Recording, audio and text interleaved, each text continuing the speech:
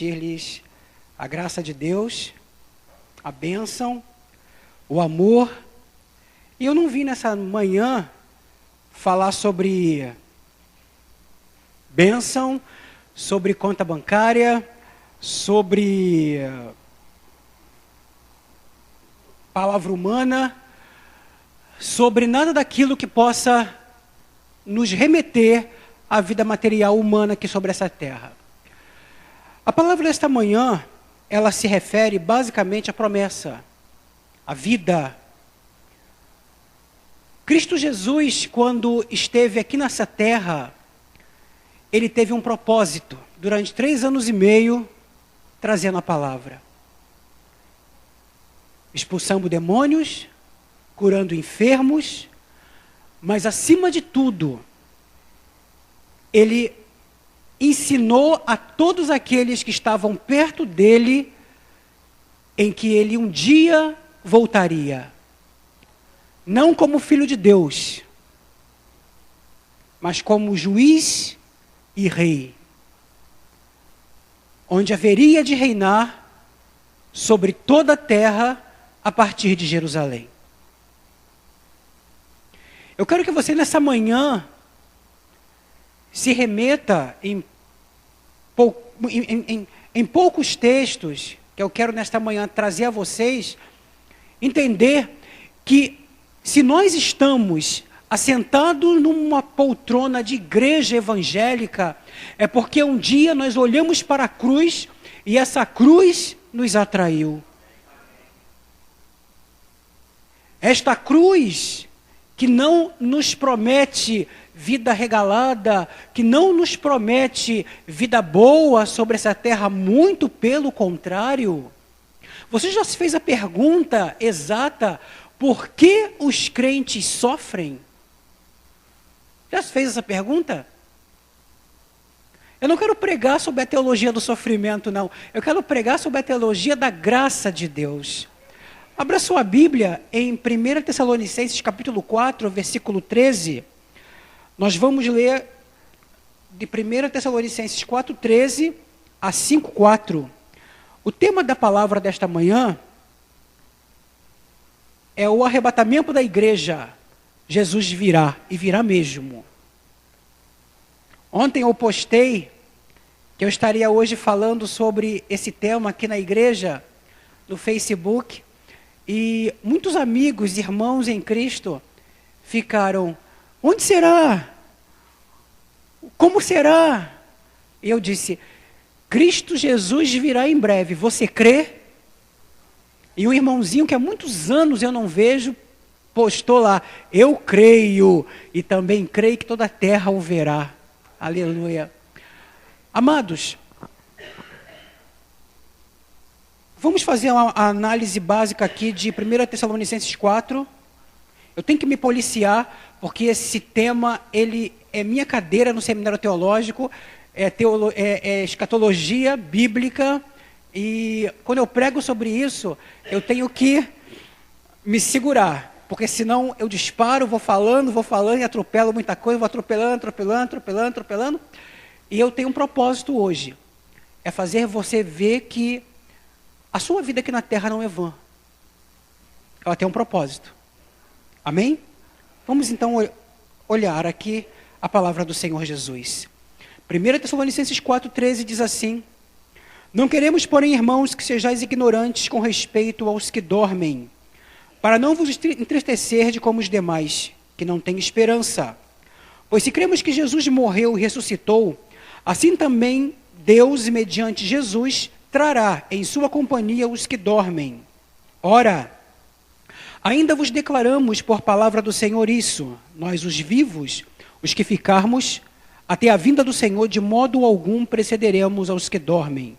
Porquanto o Senhor mesmo, dada a sua palavra de ordem, ouvida a voz do arcanjo, e ressoada a trombeta de Deus, descerá dos céus, e os mortos em Cristo ressuscitarão primeiro. Depois nós, os vivos, os que ficarmos, seremos arrebatados juntamente com ele entre nuvens para o encontro do Senhor nos ares, e assim estaremos para sempre com o Senhor. Consolai-vos, pois, uns aos outros com estas palavras. 5:1. Irmãos, relativamente aos tempos ou às épocas, não há necessidade que eu vos escreva, pois vós mesmos estáis inteirados com precisão de que o dia do Senhor vem como ladrão de noite. Quando andarem dizendo paz e segurança, eis que lhes sobrevirá repentina destruição, como vem nas dores de parto a que está para dar à luz, e de nenhum modo escaparão. Verso 4. Mas vós, irmãos, não estáis em trevas, para que este dia, como ladrão, vos apanhe de surpresa. Aleluia.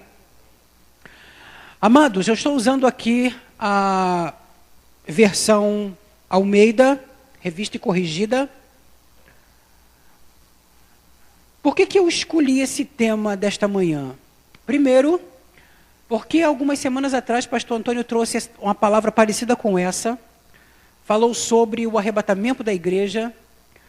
Houve uma espécie de um mini congresso aqui na igreja de escatologia, e eu acho isso muito, muito interessante, muito importante, porque é um tema, queridos, que nós não vemos mais tão largamente falado nas igrejas evangélicas.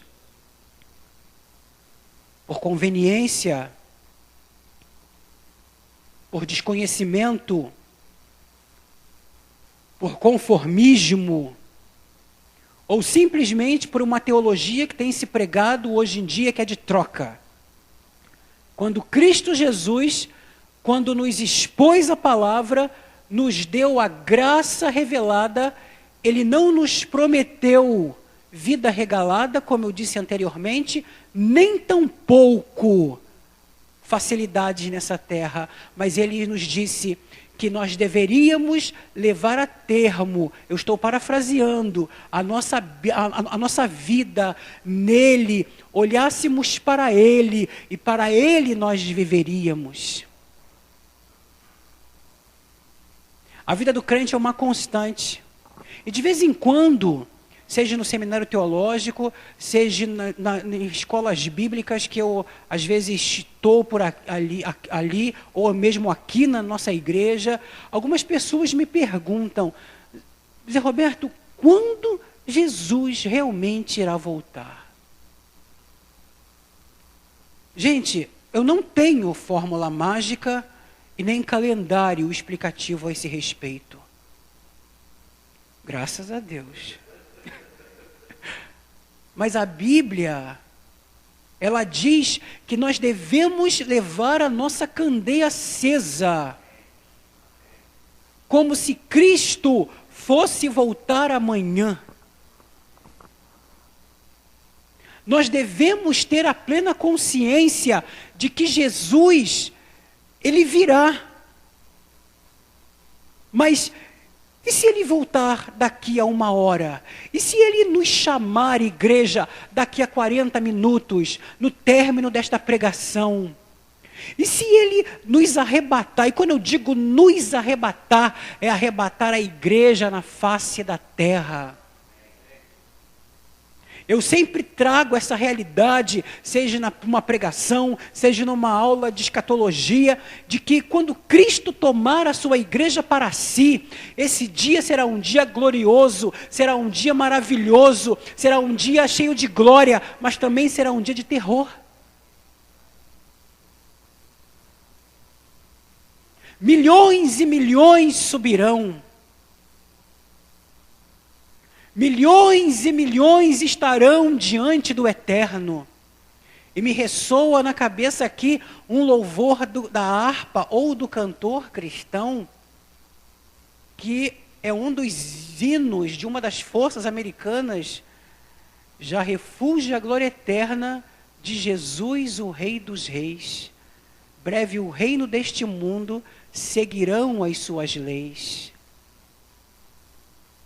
Interessante isso, porque Ele está voltando, nós vemos a cada dia isso acontecer, nós vemos a cada dia a proximidade da volta de Cristo para com a sua igreja. Vou começar a explicar a vocês um pouco disso, antes de partir para a palavra. Chegou aos meus ouvidos, ao meu conhecimento, Isso já sei já há muito tempo e eu obtive informações novas sobre isso.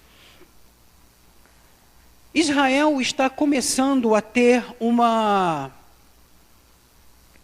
vamos botar assim, uma legalidade com relação ao templo, isto é, o templo de Jerusalém, que hoje só se restringe a um muro na parte oriental, esse templo está para ser erguido.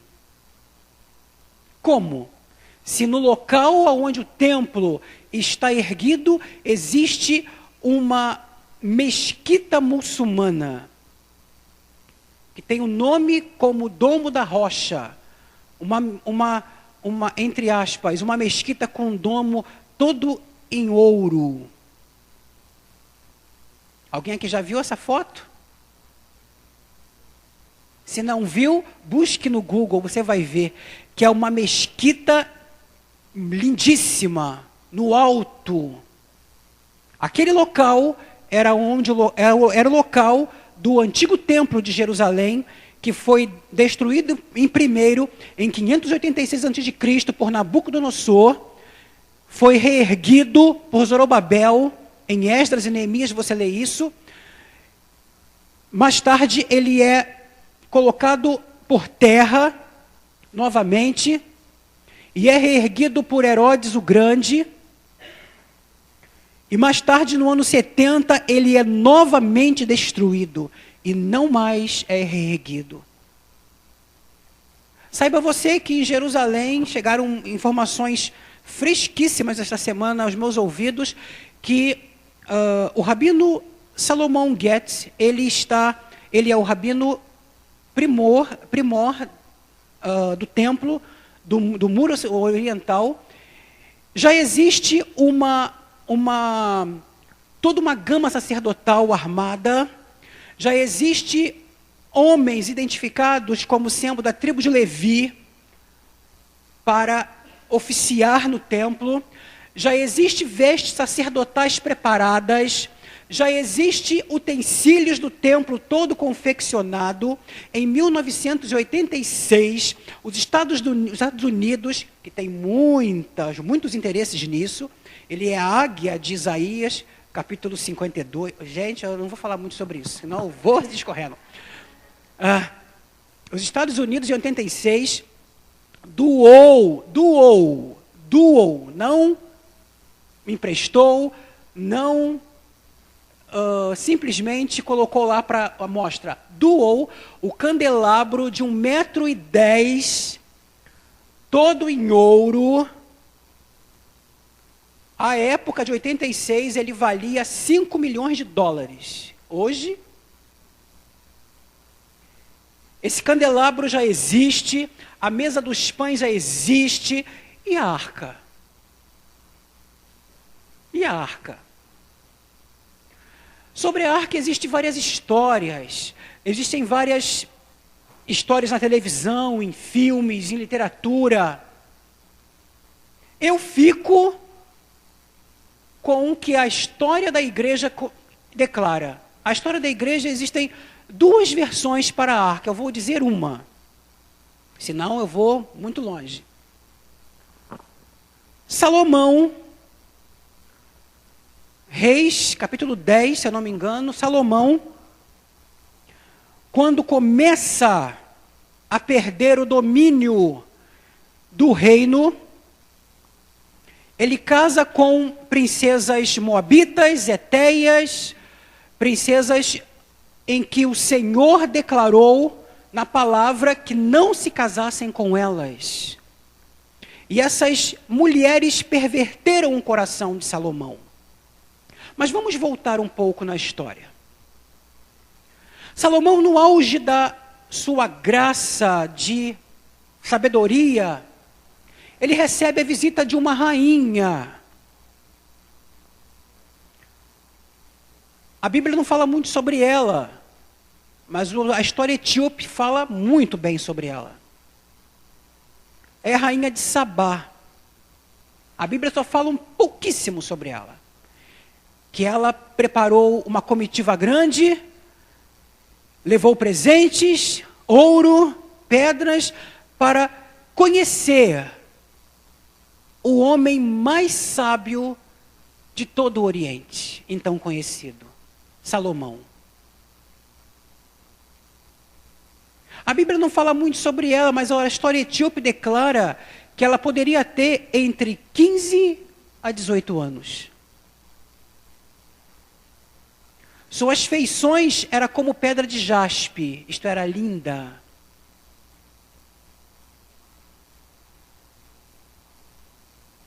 Ela tinha uma cor de um fruto que existe na Etiópia, chamado rani. É como se fosse uma cereja, mas azulada, com um tom diferente. É um azul intenso, cintilante. E Salomão, como não era avesso a mulheres, gostava muito. A Bíblia diz que ele casou-se com várias princesas, ele tinha 300 mulheres e 700 concubinas. Haja mulheres, porém, do rei. Numa época onde não havia nenhum comprimido estimulante.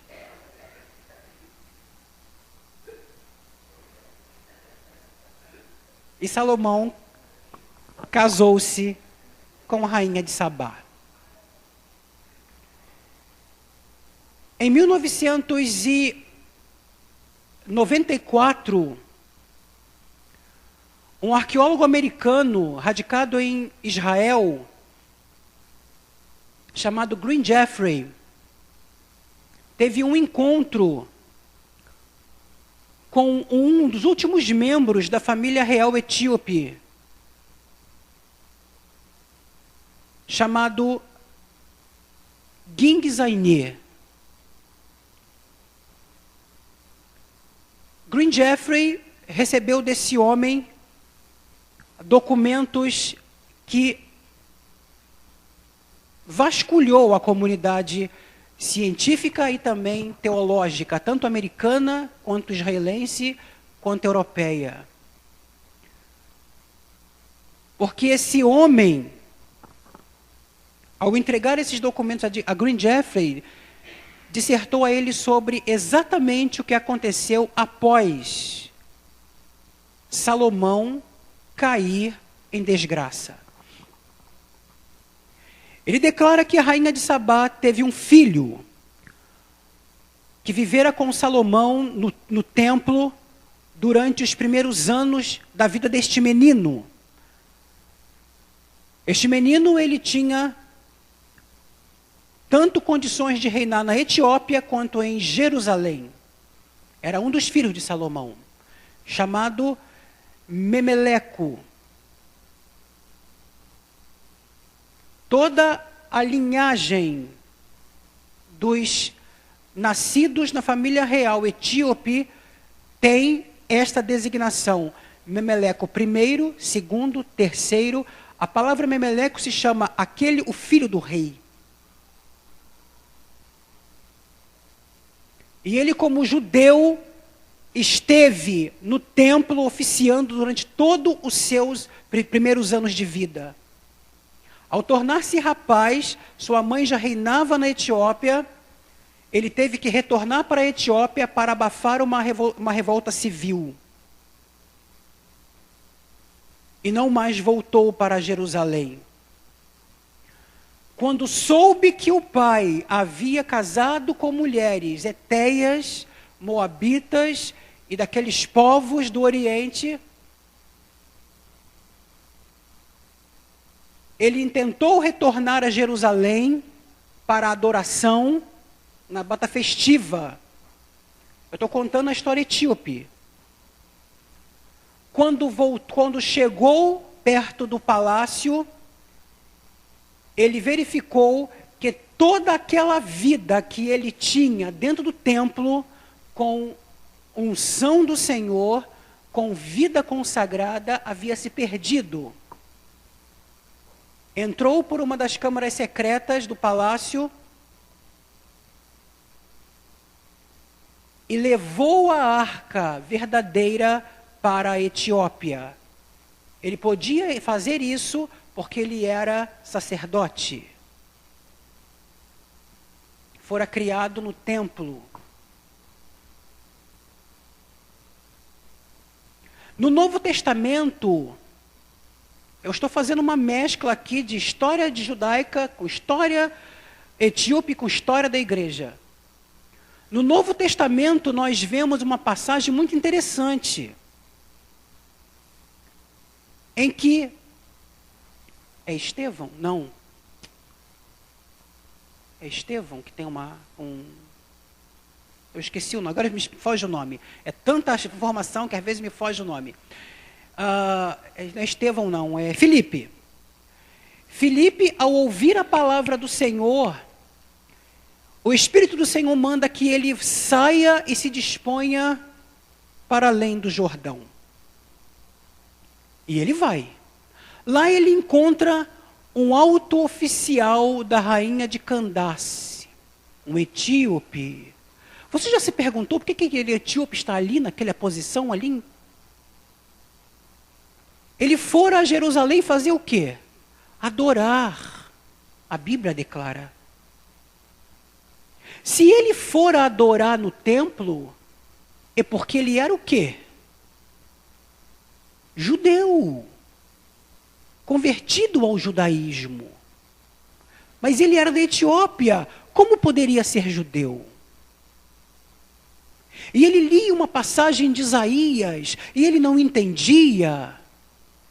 E Filipe perguntou, entendes o que lês? E ele disse, como poderei compreender se não há quem me explique? Essa é uma das temáticas da escola dominical. A escola dominical precisa de mestres, levantados por Deus para ensinar.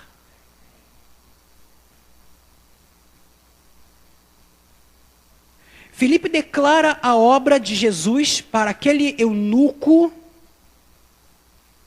e ele é batizado e leva o júbilo da salvação com ele. Quando se tem notícia na Etiópia sobre igreja cristã, é a primeira igreja cristã gótica na Etiópia que se tem notícia, depois do advento da igreja. Amados, essas informações, ela só nos traz, pelo menos a mim, nos traz júbilo, porque o contrato que Cristo Jesus tem com a igreja cristã, a noiva do Cordeiro, que Paulo declara que está sendo ataviada, preparada para encontrar-se com o noivo, este contrato está acabando. O que eu quero dizer com isso? Porque se em Jerusalém está acontecendo coisas tremendas para que reerga novamente o templo, esse templo será erguido, mas ele será destruído novamente. Porque o templo precisa ser erguido para que o anticristo deste templo venha reinar, segundo Daniel capítulo 9. A profecia de Daniel capítulo 9 é a última a ser cumprida quando Cristo retornar. Porque no dia em que o Senhor Jesus, que só Ele sabe a hora, a data da subida.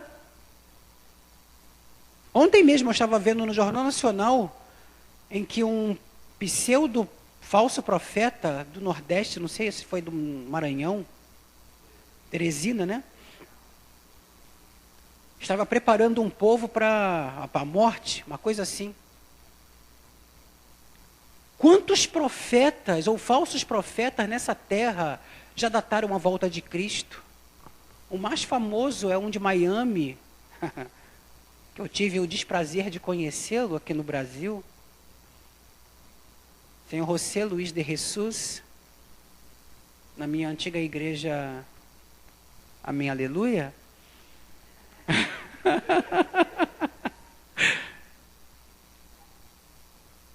Desde aquela época, aquele homem não me trazia bons, não digo nem bons fluidos, que crente não tem bom fluido. Crente existe testificação. Aquele homem, naquela noite, ele disse: para que vocês jejuam, ressoam? Para que vocês jejuam? Para que vocês oram? A carne para mais nada aproveita. Tudo o que Cristo fez já foi feito. Aguardem somente a salvação. E hoje ele se intitula Cristo encarnado, Santo Deus. Jesus falou sobre isso: muitos surgirão em meu nome, dizendo eu sou o Cristo, ei-lo ali, não creiais. Podem fazer até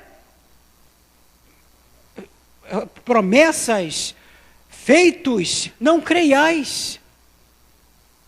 Porque tudo isso precisa acontecer. Nação contra nação, reino contra reino, fome sobre a terra, terremotos, maremotos em vários lugares, mas ainda não é o fim. Igreja de Jesus, nós passamos por uma peneira hoje. Nós passamos por não vou dizer nem funil, nós passamos por uma peneira. A peneira do Senhor, segundo Judas, capítulo 9, versículo 9, declara que o juízo começará pela casa dele. O juízo de Deus, que eu, simples, Zé Roberto, classifico, seria o esfriamento na casa de Deus. Amados, nunca vimos tanto esfriamento na casa de Deus, como hoje estamos vendo. O mundo nunca entrou tanto na igreja de Cristo como hoje. Na Idade Média, era uma demonização de todas as coisas eram demonizadas. Quando o Senhor levantou um homem para que, dentre as suas 95 teses, pudessem dar o limiar da luz do Evangelho, levantou Lutero, levantou Calvino, levantou Zwinglio, levantou Hus. Homens que levaram o Evangelho a termo. E é por isso que nós, Comunidade Cristã Nova Vida, estamos reunidos hoje na Rua João Romariz, em Ramos, nesta manhã, às 11h47. Nós cremos na palavra de Cristo, porque um dia alguém pregou para nós, um dia alguém declarou que o sangue vertido na cruz foi o único sangue que pode lavar os pecados, foi o único amor que nos amou naquela cruz do Calvário. E eu quero dizer a você, crente, que acha que não tem poder, Cristo Jesus, eu estou atropelando aqui a palavra que eu marquei para falar. Eu nunca consigo fazer esboço, que eu atropelo tudo. É por isso mesmo. É para lá, é isso mesmo. Em Filipenses capítulo 2... Deixa eu ver se eu acho aqui tanta informação. Aqui. Vamos lá, gente. Filipenses 2, 7 e 8. Vamos ver aqui o poder que o crente tem. Capítulo 2. Vamos a partir do verso 5. Filipenses 2, 5. Amém ou misericórdia? Amém. Tende em vós o mesmo sentimento que houve também em Cristo Jesus, pois ele, subsistindo em forma de Deus, não julgou como usurpação ser igual a Deus. Esse foi o sentimento de Lúcifer, segundo Ezequiel, Isaías. Lúcifer ao olhar para Deus, disse: subirei às mais altas alturas e serei semelhante ao Altíssimo. Não usurpou ser igual a Deus, antes a si mesmo se esvaziou. Sublinhe, se você tem essa tradução, sublinhe essa palavra esvaziar, que ela tem um poder poderoso. Poder poderoso é uma redundância, viu? Esvaziou-se, assumindo em forma de homens e reconhecido em figura humana, a si mesmo se humilhou, sublinhe também humilhou, tornando-se obediente até a morte e morte de cruz. Cristo Jesus, que estava com Deus, ele era Deus, é o mistério da trindade, triunidade. Ele teve que vir à terra em forma humana para cumprir a lei, segundo nos diz Gálatas. Ele teve que cumprir isso. Porque eu já falei sobre isso aqui, segundo Salmos, capítulo 115, verso 16, declara que os céus são os céus do Senhor, mas a terra deu a ele aos filhos dos homens. É importante, amado, que você entenda que só aquele que é nascido nessa terra tem poder sobre ela. Mais de ninguém que nasceu nessa terra tem poder sobre ela. Cristo Jesus nasceu aqui, sob mulher, sob a lei. E aqui ele viveu. Amados, quando nós nos deparamos com uma possessão demoníaca, nós pensamos, Jesus, que demônio poderoso, engano teu. A casta mais inferior da linha espiritual, porque demônio também é espírito, você sabe disso. Da linha espiritual demoníaca é a que incorpora num ser humano, em que em outras religiões dá o nome de aparelho, cavalo e outras coisas mais.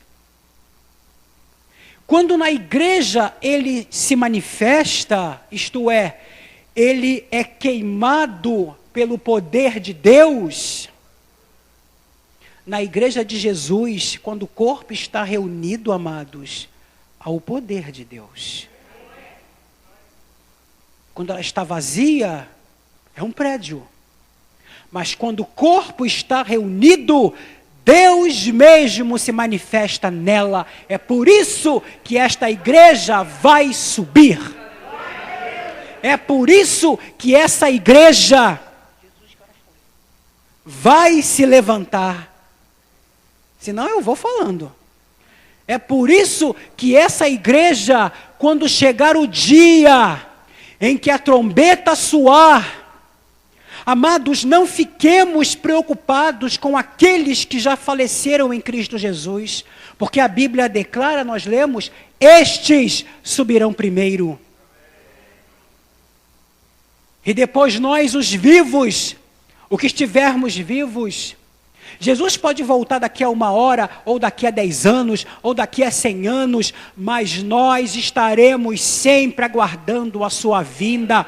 O povo de Tessalônica, na sua época, pensava que Cristo voltaria naquela época, mas não, Cristo não voltou naquela época. O povo de Tessalônica morreu sem que Cristo voltasse, mas vívidos, ávidos na promessa. Eu conheço gente, amados, que coloca em xeque a volta de Jesus. Tanta coisa tem passado, tanto tempo se passou, tanta coisa tem acontecido. Por que Deus permite tanta coisa acontecer nessa terra? Tanta maldade. enquanto Satanás estiver nessa terra,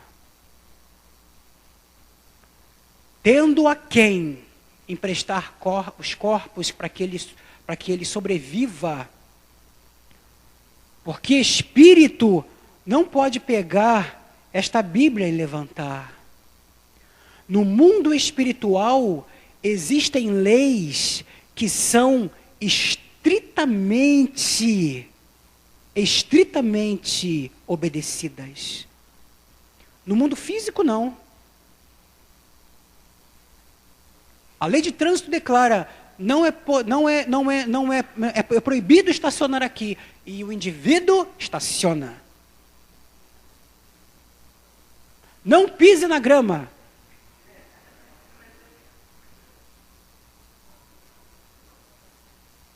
Não ande acima de 100, 230 e por aí vai. No mundo físico, as leis nem sempre são obedecidas. Mas no mundo espiritual, todas as leis são conhecidas e altamente obedecidas. Você sabia que você pode, pela autoridade no nome de Jesus, não pela sua autoridade, porque eu e você, por nós mesmos, não temos nada. Mas em nome de Jesus, nós podemos levantar a nossa mão e dizer, te repreendo, enfermidade, em nome de Jesus. Nós cantamos, basta uma palavra tua e os montes tremerão. Em nome de Jesus, você pode lançar uma palavra aonde quer que esteja acontecendo aquele infortúnio, e aquele infortúnio irá acabar e levar a termo, porque você está lançando uma palavra ali em nome de Jesus. Eu conheço um jovem que ele tem um dom, o dom que Deus deu a ele é no violão. Um dia, tem muitos anos isso, estávamos todos na casa dele, na época ele morava na Tijuca, e ele saiu uma briga no apartamento em frente. E ele pegou o violão ali e dedilhou. Caiam por terra agora os inimigos de Deus, que seja estabelecida a casa do Senhor. E todos nós entendemos que aquele dedilhar do violão, aquele cântico, não era um simples cântico, era um cântico profético. E nós começamos a cantar aquela letra com a mão estendida para aquele apartamento, a briga cessou. Você está doente? Você precisa de uma bênção? Você precisa de uma resposta de oração? Hoje, você pode chegar na tua casa ou aqui mesmo, ao terminar este culto, você pode levantar uma palavra no mundo espiritual e dizer, te repreendo, enfermidade, te rechaço, qualquer situação contrária. Sua família precisa de uma palavra, sua família precisa ser levada a termo, lance uma palavra profética para a tua casa. O teu ambiente de trabalho, o teu trabalho está com ameaça de falência, levante uma palavra profética para este local. Você está se sentindo frio espiritualmente, levante-se no mundo espiritual e declare em oração, porque toda declaração, ela só tem validade com oração.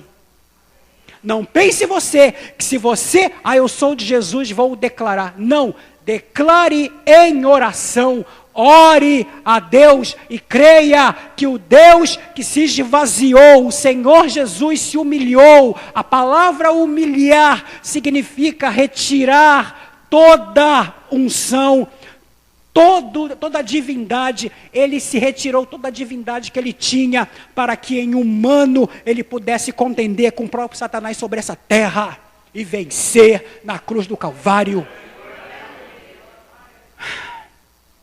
Igreja de Jesus,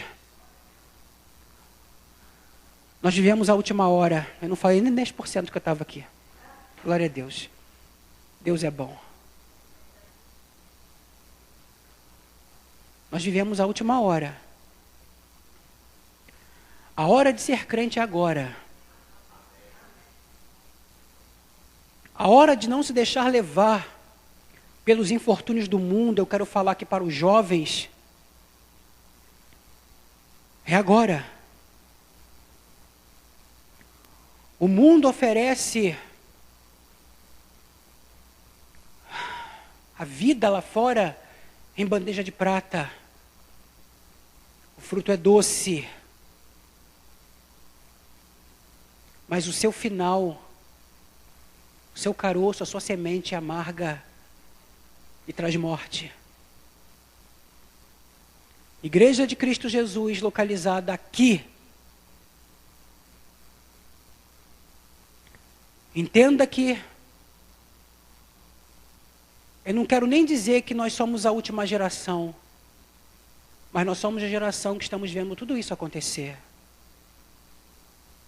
A Bíblia declara que nós devemos levantar os olhos para o céu e aguardar aquele que irá nos render. Esse é Cristo Jesus. Nunca Satanás, em todo o período da história, atacou a menina dos olhos de Deus, esta é a família, como ataca hoje. Porque ele sabe que se atacando a família, ele balança os alicerces da igreja de Jesus. Mas família da comunidade cristã Nova Vida desta manhã,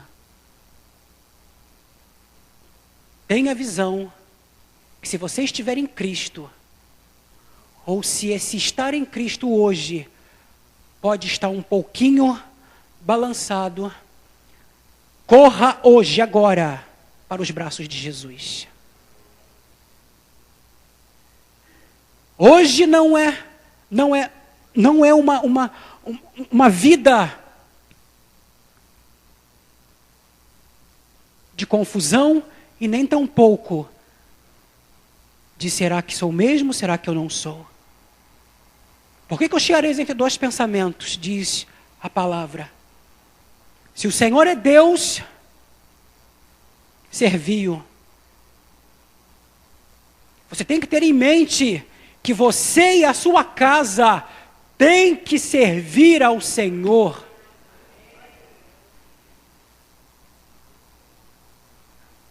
Amados, tem muito mais coisa a falar, mas que o Senhor fale mais ao teu coração.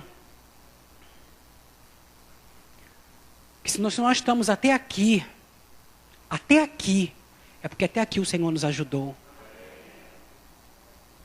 Durante o período que eu estou nessa igreja, eu vi um membro nosso ir para o Senhor, foi o irmão Roberto. Mas todo crente que morre na sua carne,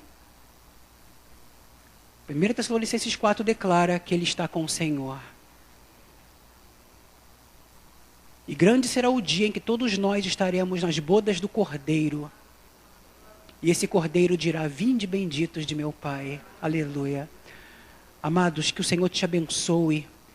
Que você tenha um dia de segunda-feira abençoado. Se você for professor ou trabalhar no comércio, aproveite sua segunda-feira. Mas se você não for, tiver que trabalhar amanhã, dê glória a Deus da mesma forma. Deus é bom. Deus é bom. Deus faz a obra, amados. Permita que Deus te use aonde quer que você esteja. Em nome de Jesus. Posso orar? Vamos ficar de pé? Vamos orar ao Senhor? Glória a Deus. O Senhor é maravilhoso. Deus é bom. Amados,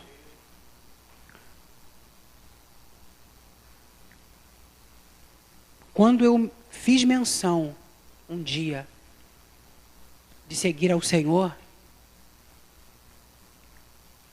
eu aos 15 anos de idade sabia que muita coisa eu teria que renunciar.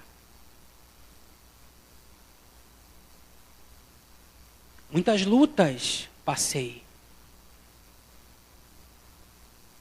Muitas batalhas travei com o inimigo. Tomei muitos nãos pela frente.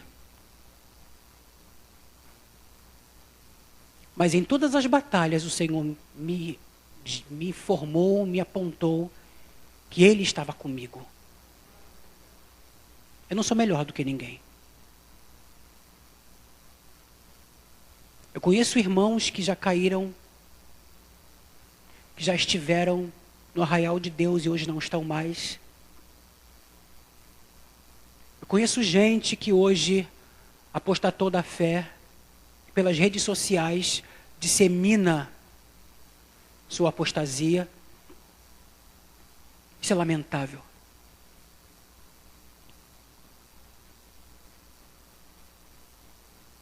Mas tenha em mente que a tua vida com Deus, ela só terminará aqui na terra por duas formas. Ou se Ele te chamar por morte e seu corpo adormecer esperando o dia da ressurreição, ou Ele arrebatar a igreja, aí todas as coisas estarão a termo. Mas enquanto você estiver nessa terra, caminhando, trabalhando, mastigando, bebendo, respirando, escrevendo, falando, você terá uma enxada na mão e uma espada do outro. O que significa enxada é aquilo que o mundo nos obriga a fazer todos os dias. Trabalho, labuta e vida. E a espada fala da palavra, fala de vida cristã, fala de unção de Deus. Enquanto estivermos nessa terra, temos que ter em mente a enxada e a espada. Os dois têm que estar erguidos. Se a espada estiver um pouco abaixada, é porque a sua vida cristã está um pouco nublada, como o dia de hoje. Mas se a espada estiver no alto, é porque você está pronto para a batalha. Porque Satanás não tira férias. Mas há uma boa notícia no reino da glória. O Senhor também não tira férias. Aleluia. Vamos orar, amados. Deus é bom. Soberano Deus e amado Pai Celestial. Te bendizemos porque o Senhor é bom e a tua misericórdia dura para sempre. Te louvamos porque o Senhor é maravilhoso e nos traz grandes coisas ao nosso conhecimento. Obrigado, Pai. Obrigado porque a tua palavra tem se cumprido. Obrigado porque todas as profecias que a tua palavra declara têm se cumprido, se cumprirão. Obrigado, Pai amado, porque tudo aquilo que o Senhor escreveu para o nosso proveito está escrito. Obrigado, Senhor, porque todas as coisas que o Senhor hoje tem para nos dar, o Senhor nos dá. Obrigado, Senhor, porque nós não vivemos como o mundo vive. Obrigado, Senhor, porque a tua mão está sempre a nos guiar.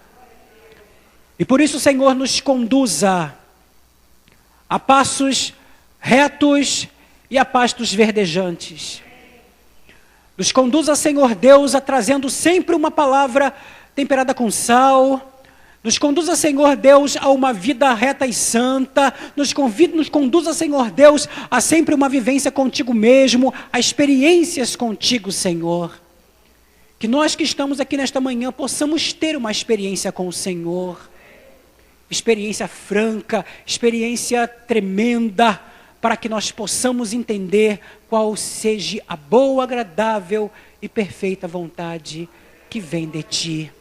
Obrigado, Deus de glória, porque o Senhor é maravilhoso. Às vezes nos faltam adjetivos tamanhos e perfeitos para nos dar a Ti. Porque o Senhor é tão maravilhoso, é tão grandioso, é tão tremendo, é tão altíssimo, que outros adjetivos nos fogem. Obrigado pela graça, Senhor, que o Senhor nos dá. Nos conduza, Senhor Deus, para casa numa manhã perfeita, numa manhã de glória, em nome do Senhor Jesus. e nos conduza como verdadeiras ovelhas, que o Senhor verdadeiramente é o nosso pastor. E assim, igreja,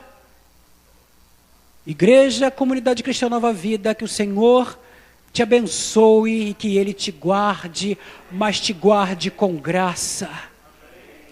Que o Senhor sobre ti estenda a sua mão e com a sua mão poderosa Ele te abençoe. E te abençoe com paz, te abençoe com saúde, te abençoe com vida, te abençoe com palavra profética. Que a tua segunda-feira seja abençoada, que o teu coração te prepare para o culto da noite, porque uma palavra ainda mais impactante Ele tem para ti. E assim o Senhor nosso Deus te conduza com paz e com graça até o dia em que Ele nos chamar, em nome de Jesus. Amém, amém e amém. Glória a Deus.